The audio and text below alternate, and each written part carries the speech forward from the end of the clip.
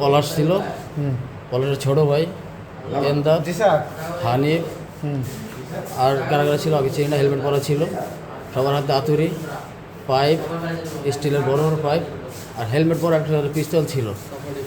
চাপাটি ভাবে আমার ঘাড়ের হাতিতে প্রথম কথা বলতে আমার পিঠে হয়ে গেল রাস্তার ভিতরে 5-7 জন। পলাশের কি পলাশের তো আমার কোনো দ্বন্দ্ব নাই। মানে পলাশের পরিচয় কি? পলাশের যে ওদের বাড়ি হচ্ছে খারগোবাড়ি, পলাশকে তাহলে ব্যবসা করে ঢাকায়।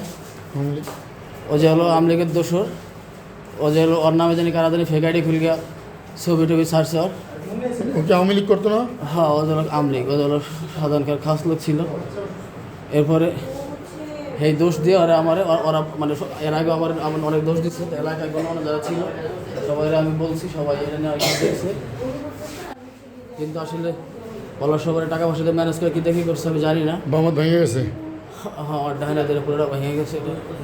ছাত্র দলের রক্ত মিঠা যেতে দেব না, কাবিরের রক্ত মিঠা যেতে দেব না। কাবিরের কিছু হলে চলবে আগুন করে করে, চলবে আগুন করে করে। কাবিরের কিছু হলে ওসি সাহেব জবাব চাই। কাবিরের উপর হামলা করো, কাবিরের কিছু হলে চলবে আগুন করে করে।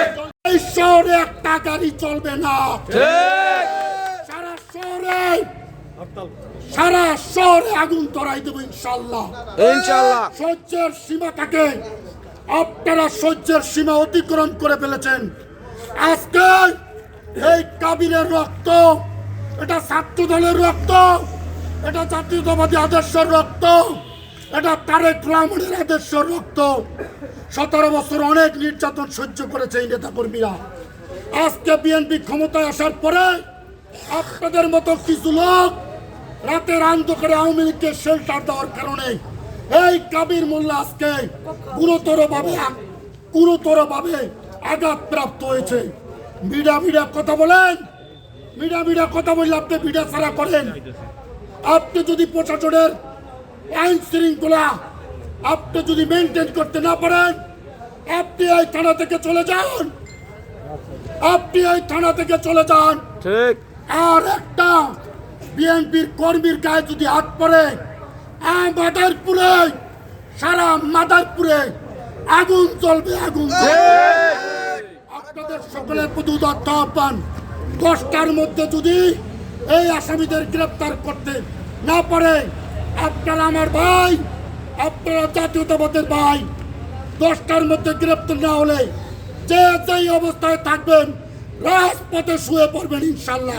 ইনশাআল্লাহ। আমরা দেখব আওয়ামী লীগের জোর বেশি না এই ওসি সাহেবের জোর বেশি, না জাতীয়তাবাদী দলের নেতা কর্মীদের শক্তি বেশি।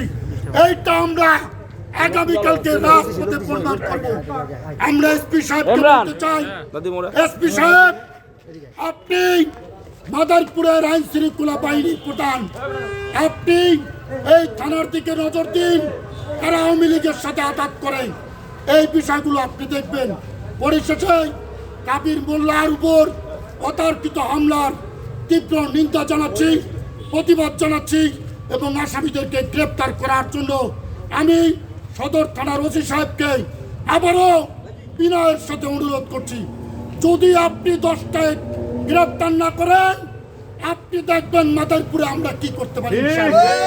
কোন এমপির কথায়, নেতার কথায় বা কারো কথায় যদি আপনি পরিচিত হন, এর দায় দায়িত্ব আপনাকে নিতে হবে ইনশাআল্লাহ।